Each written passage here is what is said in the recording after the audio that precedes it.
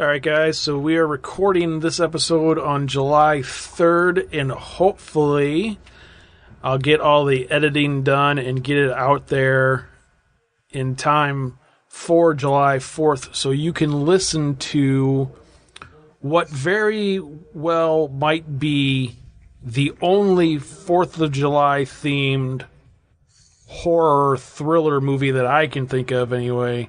And we're talking about the classic Jaws this episode. Yeah, it's one of my favorite films of all time. Now that I said that out loud, I'm trying to think if there's any other 4th of July movies. And I can't think of any. Of course, that doesn't mean that there aren't any. Just like everything else out there, we always question something, and then sure enough, like 15 minutes after we're done recording, I find like 18 of them. I'm like, oh, damn it. But I can't think of any. I can't think of any either. I'm surprised there's not another, like a 4th of July horror movie, like My Bloody 4th of July or something like that, you know? I mean, because they hit all the other holidays.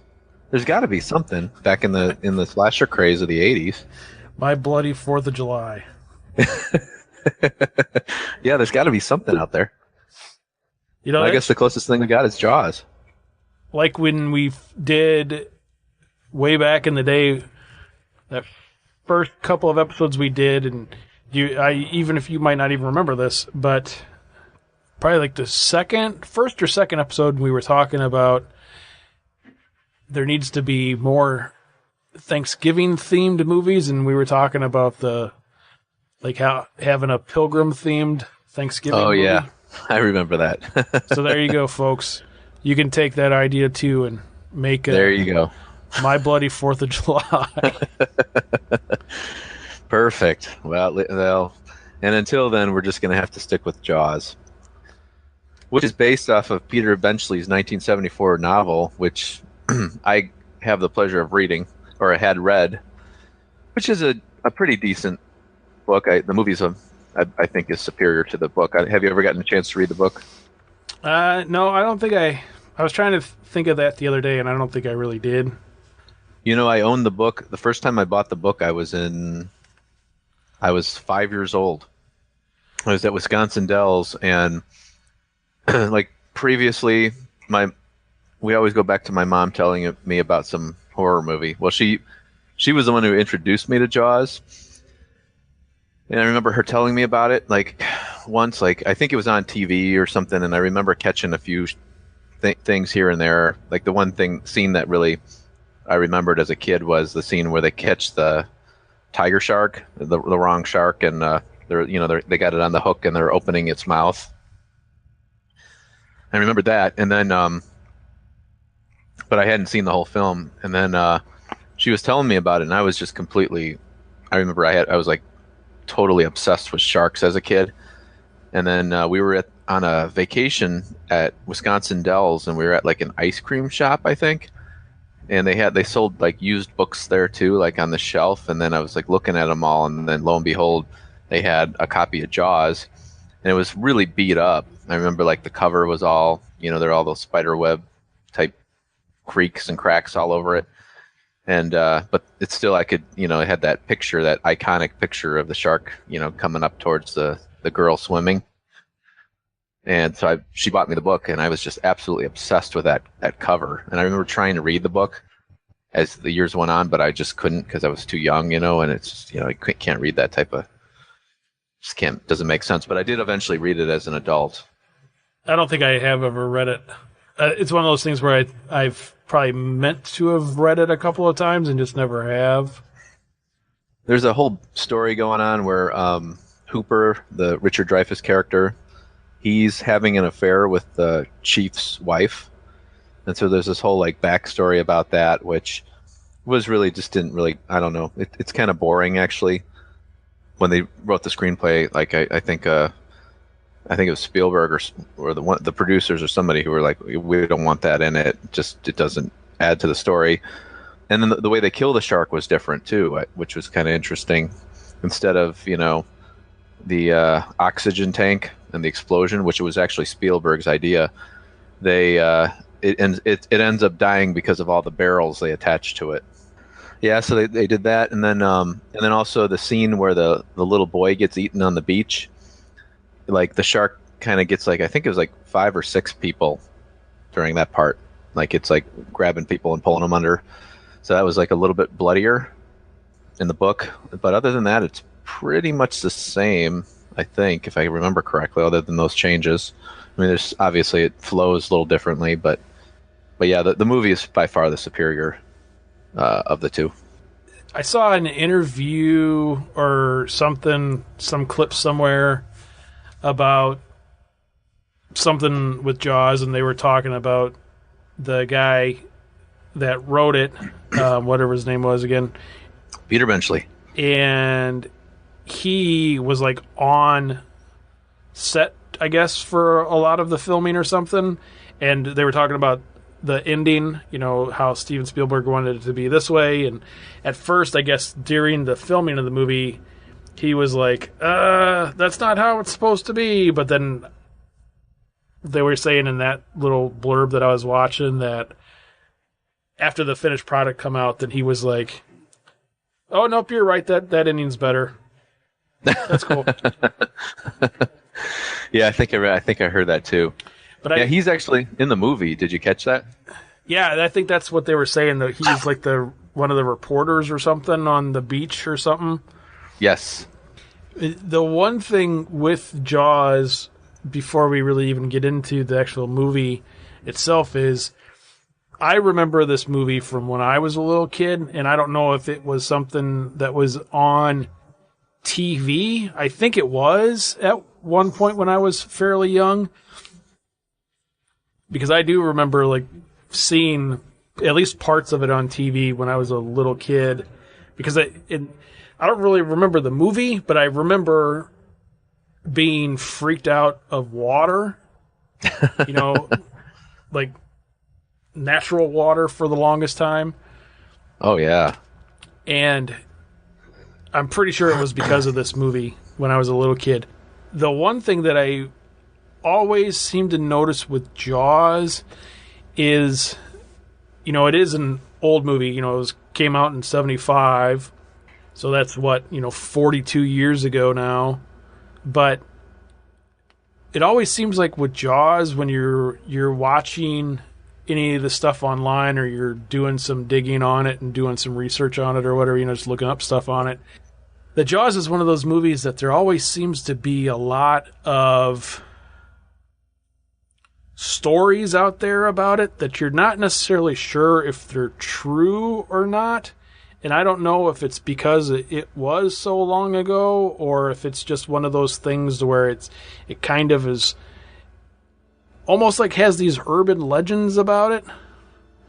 But I'm not sure if that's, maybe it's just because it's so old. And, one of the things that Jaws kind of is known for is that this was Steven Spielberg's first big movie, if I'm not mistaken. Yeah, this is the movie that put him on the radar.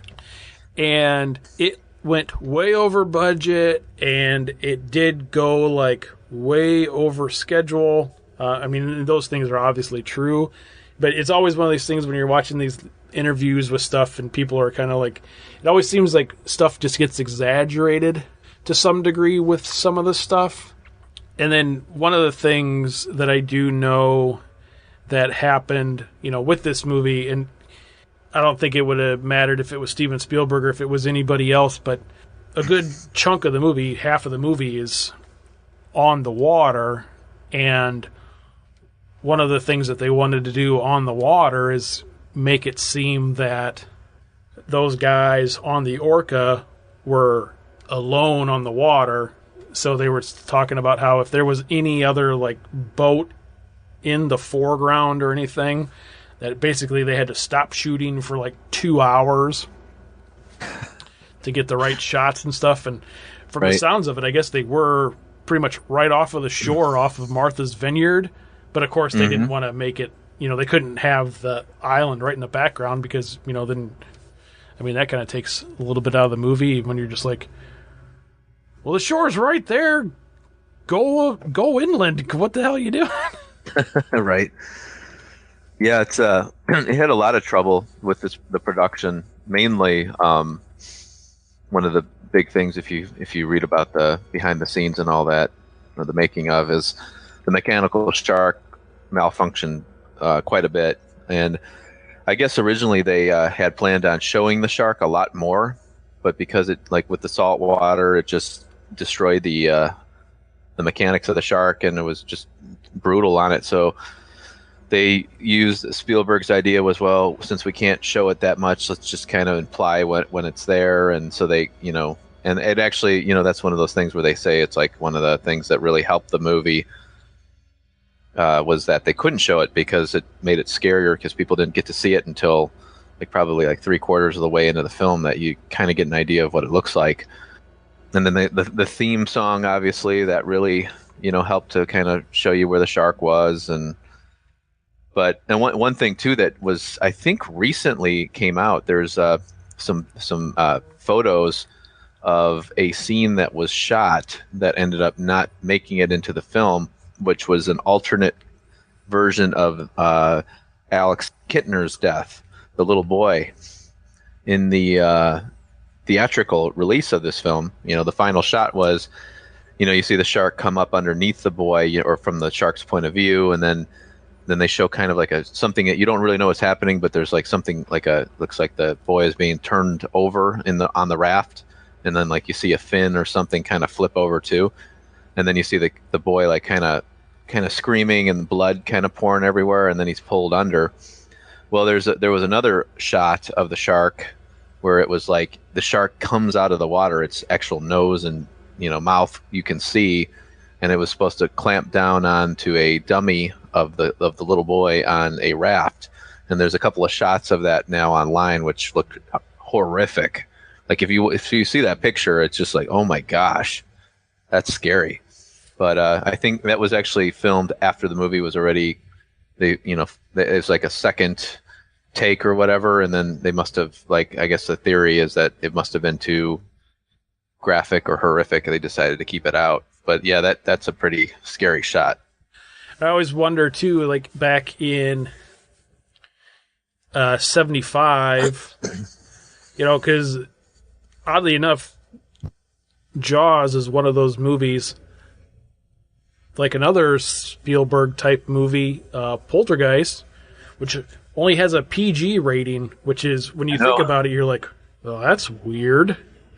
Yeah, it is weird, because there's no real super foul language. There's no F-bombs or anything in it, but there is nudity. Exactly. We were joking around here at my house when we were watching it the most recent time. That opening shot with the girl swimming in the water, you can't really tell on the VHS copy, but I would imagine on the Blu-ray, you could probably see just about everything. Yeah, it's pretty clear. I mean, it's not clear, but it's clear enough, I guess I would say. Back in the mid-'70s, the ratings board must have been like, whatever. 'Cause, if that movie came out now, it would easily be PG-13. Well, there was no PG-13 back then. Well, that's what I said too. PG-13 didn't come until the mid-'80s, but that was a Spielberg movie that caused that to come. With the child murder and stuff in there, I almost bet it would probably get an R. I don't know if child murder actually automatically earns you an R anymore. But yeah, it's one of those things when you're watching somebody like, oh, what is this rated? And you're like, oh, it's only PG. What? That's not true. Yeah, it is. Yeah, that's funny. I know they pushed pretty hard, I think, for the PG, because they wanted it to be a big blockbuster, which it became. Jaws actually became like the prototype of the summer blockbuster film. So prior to Jaws, there wasn't really you didn't wait till the summer for the big super blockbuster. Like now, the trend is like, let's do all the superhero movies in the middle of the summer. But back then it was like, this was the first time there was like a big summer blockbuster, and then it was the most successful film ever until '77 when Star Wars came out, which is kind of cool. It's kind of funny too that Spielberg and Lucas, those two guys, man, they were like neck and neck all through like the 70s and 80s, it seemed like. And then they came together to do the Indiana Jones movies. Those guys were like, top dogs back then. I think it started with Jaws. It might have started after Jaws, but I know one of the things that with Steven Spielberg, again, that goes along the lines of like that kind of like urban legend kind of thing, because I've never actually heard him say this, but I've heard rumors of that when Steven Spielberg makes a movie, when they're filming the final shot of the movie, he doesn't like to be present for that for some reason. I don't know why, but I've heard rumors of that in the past, and I think he actually even started doing that with Jaws. Like, okay, this is like the final shot. I don't want to be here for it because if it's wrong, I don't want to whatever, I guess. Huh, interesting. Yeah, but I don't know if that's 100% accurate or not, but I have heard that before. Yeah, I didn't know that. I did know that for Jaws, the movie he did prior to Jaws was Duel, which was I believe it was made for TV movie about a guy who was pretty much chased around the countryside by a semi-truck driver. Yep. And at the very end of Jaws, when the shark explodes and you see like its remains kind of sinking to the bottom of the ocean, you hear this kind of growl sound, and it's actually a T-Rex from an old one of those really old claymation monster movies, I think, from back in the day. And it's the same sound effect that he used for Duel when the truck, whatever happens to it, I think it goes over a cliff or something at the end of that movie. Mm-hmm. Hope I didn't spoil that one, but yeah, so the truck doesn't make it in Duel, just to warn you. If you've never seen it. I've never seen it, but I somehow know that. It was on Svengoolie not too long ago, actually. Oh, you're right. It was, wasn't it? Yep. Well, that's cool. So he tried to connect the two movies because he kind of thought Jaws was like the next kind of Duel, because it was like these two big giant Leviathan type things. First was the truck, big 18-wheeler, and now it's the shark. So it was his way of connecting them. Yeah, Jaws is one of my favorite movies of all time. I remember the first time I saw it, we didn't have a VHS player back then. This was like in the early mid-'80s. So my grandma, who lived in Chicago, she had an old Beta player. It was new back then. And so I remember we went to go visit her, and my mom was like, hey, can you rent Jaws for Mark? And she did, and went there, and while they kind of hung out, I watched Jaws, and I just absolutely loved it. And I was hooked and just fascinated by it. And then we eventually got a Beta player, and we did like one of those where you get to, I think my uncle brought over his VCR, and then we rented like the first two Jaws movies and copied them, how you're not supposed to do. So I probably just gave that away. So I watched those first two movies like back to back. Like I remember one morning, like a weekend, watching Jaws, and then Jaws 2, like back to back as soon as I woke up in the morning, and then going back and like, well, I'll start Jaws again. That's how obsessed I was with those movies. So other than Halloween, I don't think I've seen a movie as many times as I've seen Jaws. But it's the story is pretty basic. It's just about starts out, bunch of teenagers are hanging out on a beach. Girl goes out swimming. Her boyfriend's drunk. She goes out swimming, goes too far out, ends up getting eaten, and we're not 100% sure what happened to her. Well, I mean, you obviously know because it's such a iconic movie. But the sheriff finds her remains on the beach, and then and the mayor of the town is concerned because they got the 4th of July coming. He doesn't want to close the beaches. And he's afraid they're going to lose money, and all the business owners are going to be pissed off at him for doing that. So he's kind of like, well, we're just going to leave the beaches open. And of course, the shark comes back, kills more people, and then eats more people on the beach. And then finally, they have to go out and hunt the thing down. And then you've got Sheriff Brody, who is the chief of police. You've got Matt Hooper, who is like an oceanographer, who they get to help out with this whole thing. And then that you get Quint, who is he's like a modern day, 1975 pirate who like goes out to, he's like a shark fisherman. That they're going to go out and pay him like, I forget how much it was, like 10 grand, I think, or something. Well, I was started off at $3,000, and he was like, I'll find him for 3. I'll kill him for 10. That's right. So, and then that you get like the rest of the movie, the last third of the movie is the 3 guys out on the ocean in this crappy little boat trying to kill this shark, and it's just a great film. There's a couple of things that when I watch it that do bug me, like, and it's actually not with the movie itself so much as it is with a couple of the characters in the movie. So you had that. The one thing that I always find odd with this movie, so you had that one scene where the boy gets killed, on the beach while everybody's swimming. A couple scenes later, there's the bounty for the shark, and like every dumbass fisherman in the town, they go out in their little dinghies and they're going to catch a shark, and you have the guys that catch the tiger shark. And so then the tiger shark is on the hook, and everybody there's getting their pictures taken and then all this stuff. Well, you have that one scene where the boy's mother, like, arrives, like, in some limo or something to the docks, and she's comes up onto the docks, and she's wearing, like, all black, and she has this, like, veil over her face and stuff.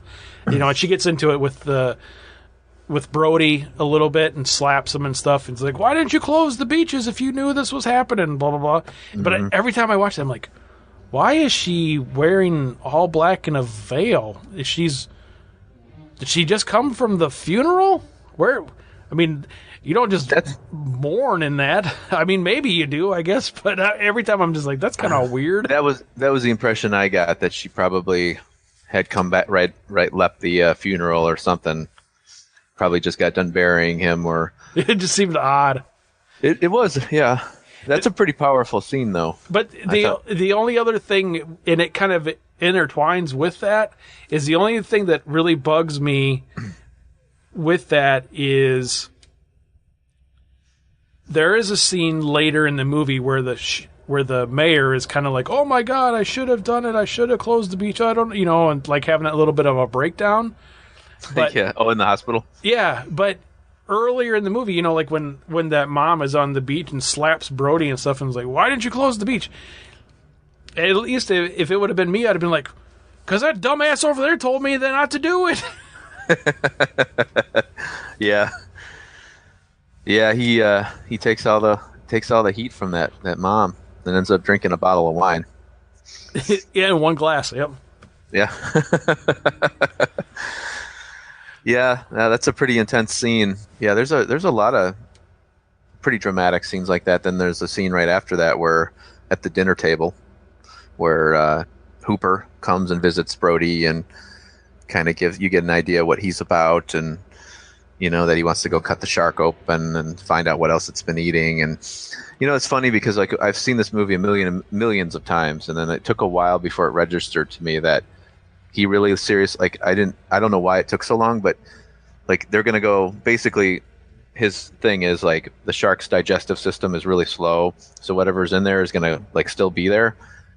As a kid, I never really understood, okay, so they're gonna cut the shark open, and and like they find like a license plate and a fish and a can or something like that. I didn't realize it, but holy crap, he actually thought that little boy was going to be inside there. Like, how horrific would that be if he was?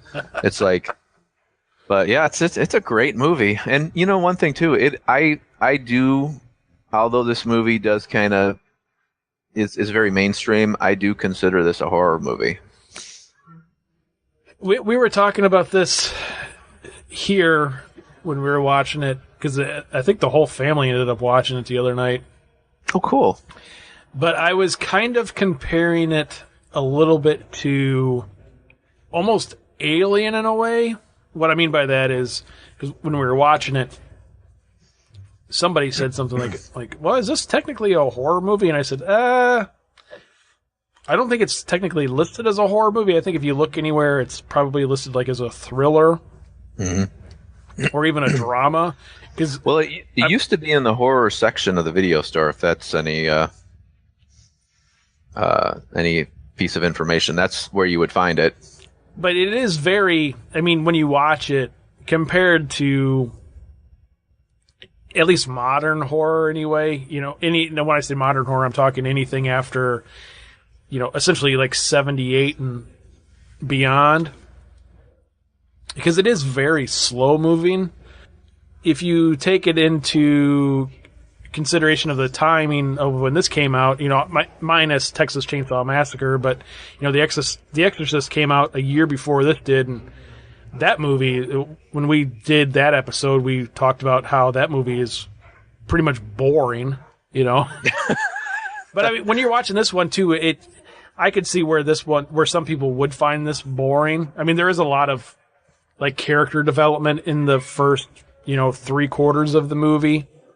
But Oh, yeah. even I'd say almost the whole movie, because you have all of that stuff early on, but then you have that one scene where they're on the Orca and Quint and Hooper are comparing scars, and then Quint tells the story about being on the SS Indianapolis or whatever the ship was.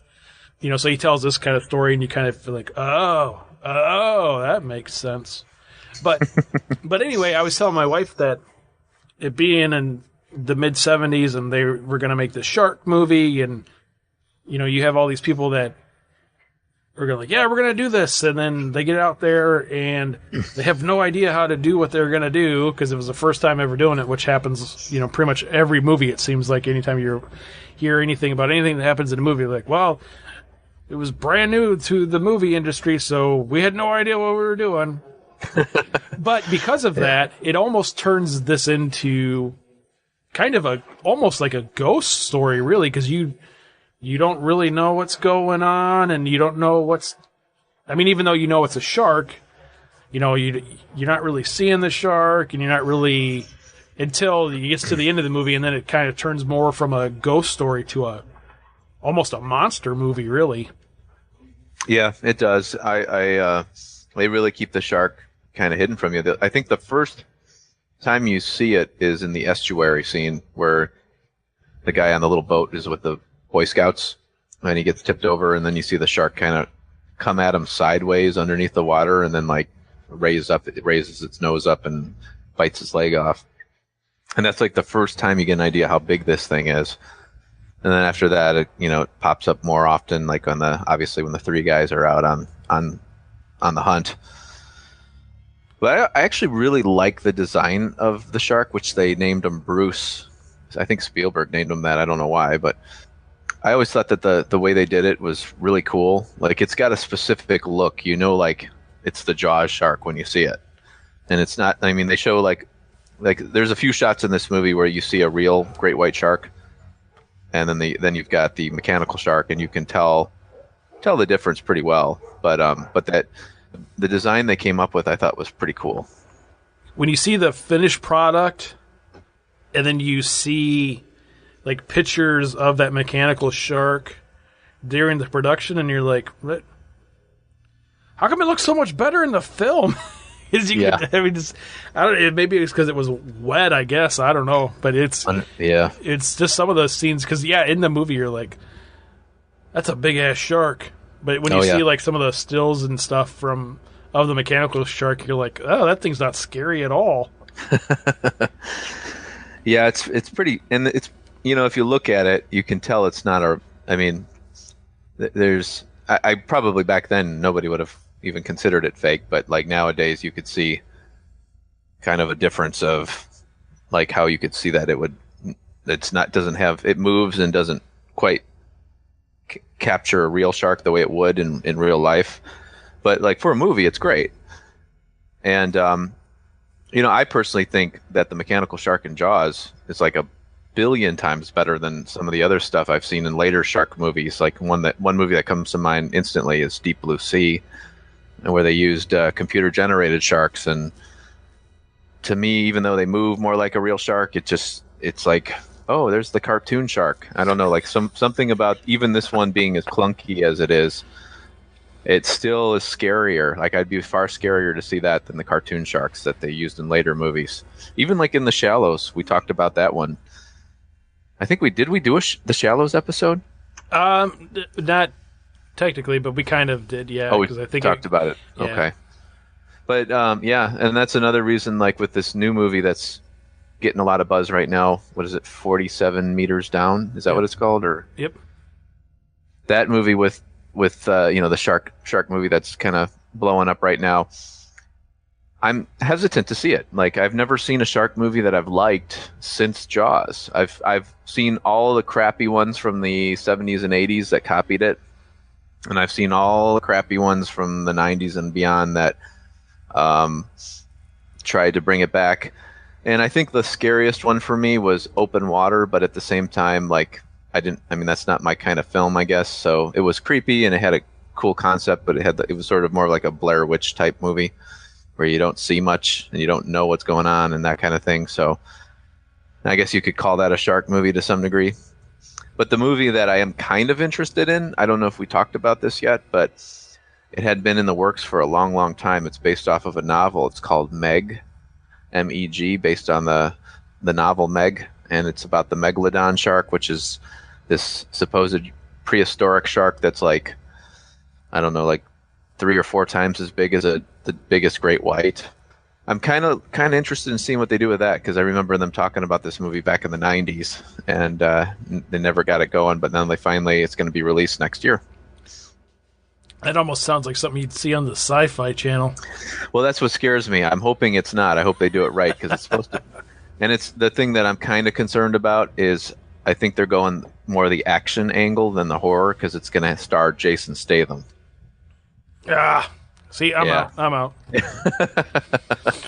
So I was kind of, but they said if this is going to there's like a whole book series of this thing, so or this concept, and I never read any of the books, but it sounded kind of interesting. Like I guess the opening scene is supposed to be like in prehistoric days, and you see a Tyrannosaurus Rex go at it with the megalodon, and then it's like goes up to recent time, and the concept of the movie is there's a submarine that gets attacked by it, and then this Jason Statham character has to go and save the people in the submarine, and he had an experience with the megalodon, and nobody believed him, so he's the only one that knows about it, that believes that it exists, so they call him out to go get it. So it could be a terrible movie or it could be an okay movie, but I'm going to tell you right now, there's going to be a scene in this movie where it's Jason Statham in a wetsuit with a knife, and he's going to be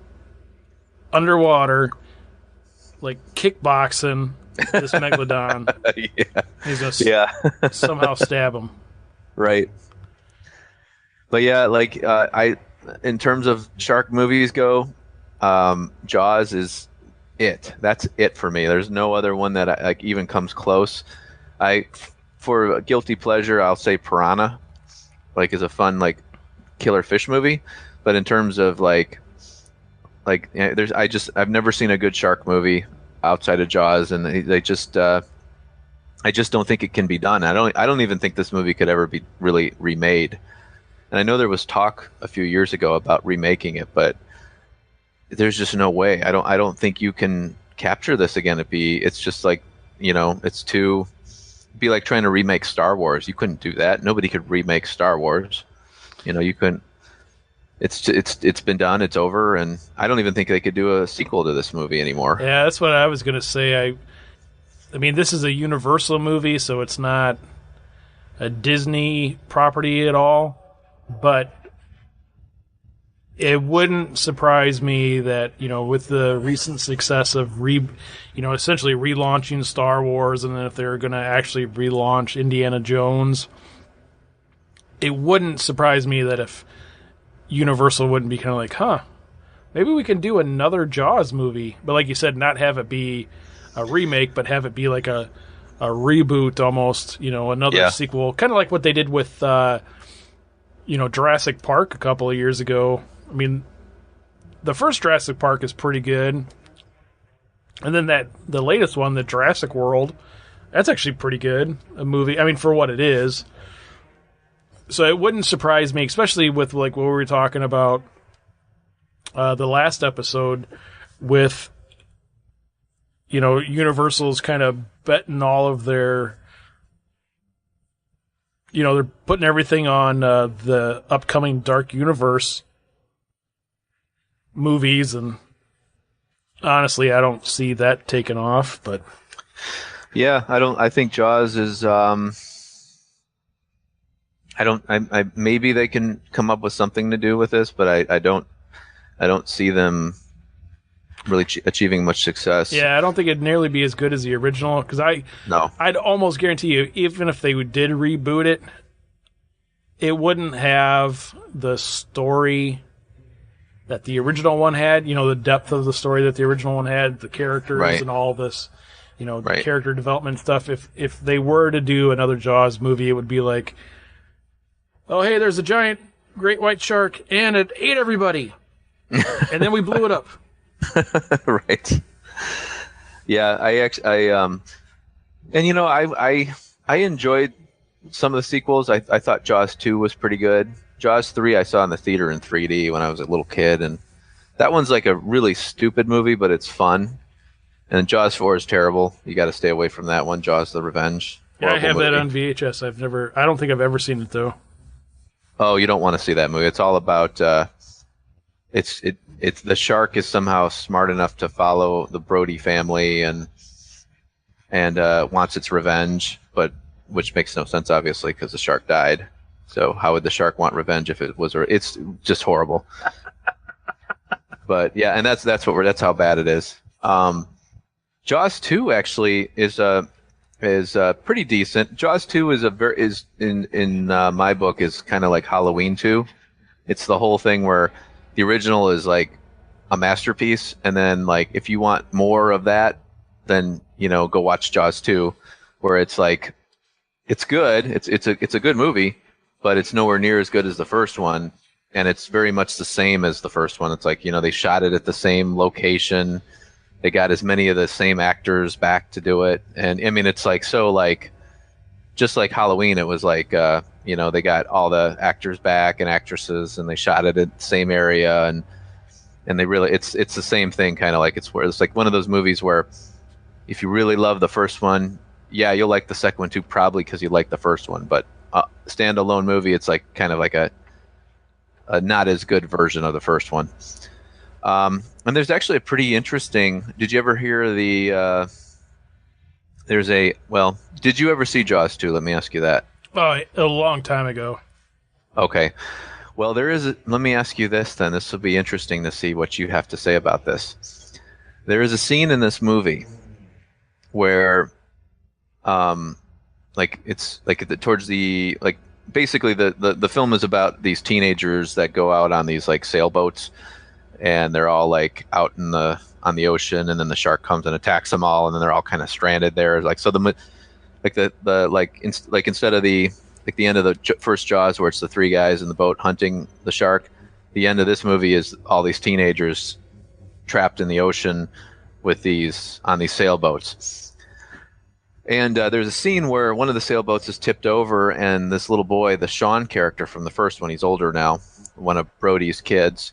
He gets up on the boat, and then this teenage girl, she's like helping him up, and then she tries to get up with him. Her name is Marge, and the shark comes from behind her, and the way it's shot, it's like shot from the back of the shark, and you see the shark rise up out of the water and like then go over her, and then when it comes back down, like she's gone.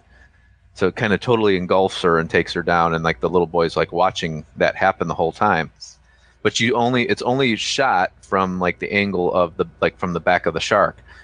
Well, there's supposedly like an internet theory, or not theory, but like an internet, I don't know what you want to call it, where people disagree that there supposedly is another shot of that scene where it's from the little boy's point of view, and you're supposedly the shark. You see the shark come up out of the water and her go inside the shark's mouth, and then her arms kind of wave, and then the shark's teeth close and then goes back in the water.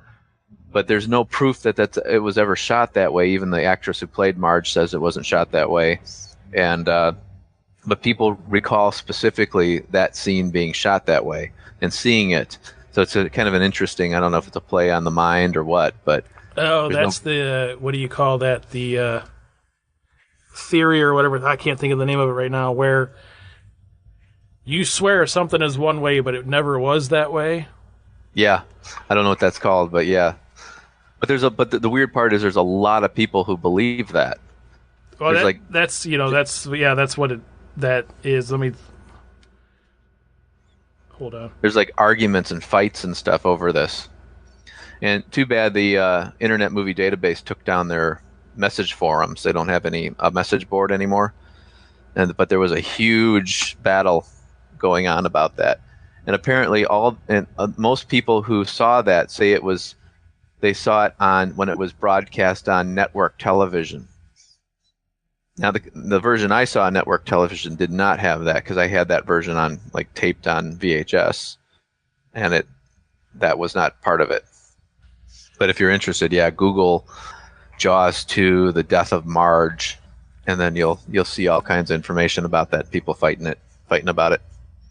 But yeah, I can't remember what that's called. It's called something theory or something syndrome or something, because there's a lot of things like that. One of them is to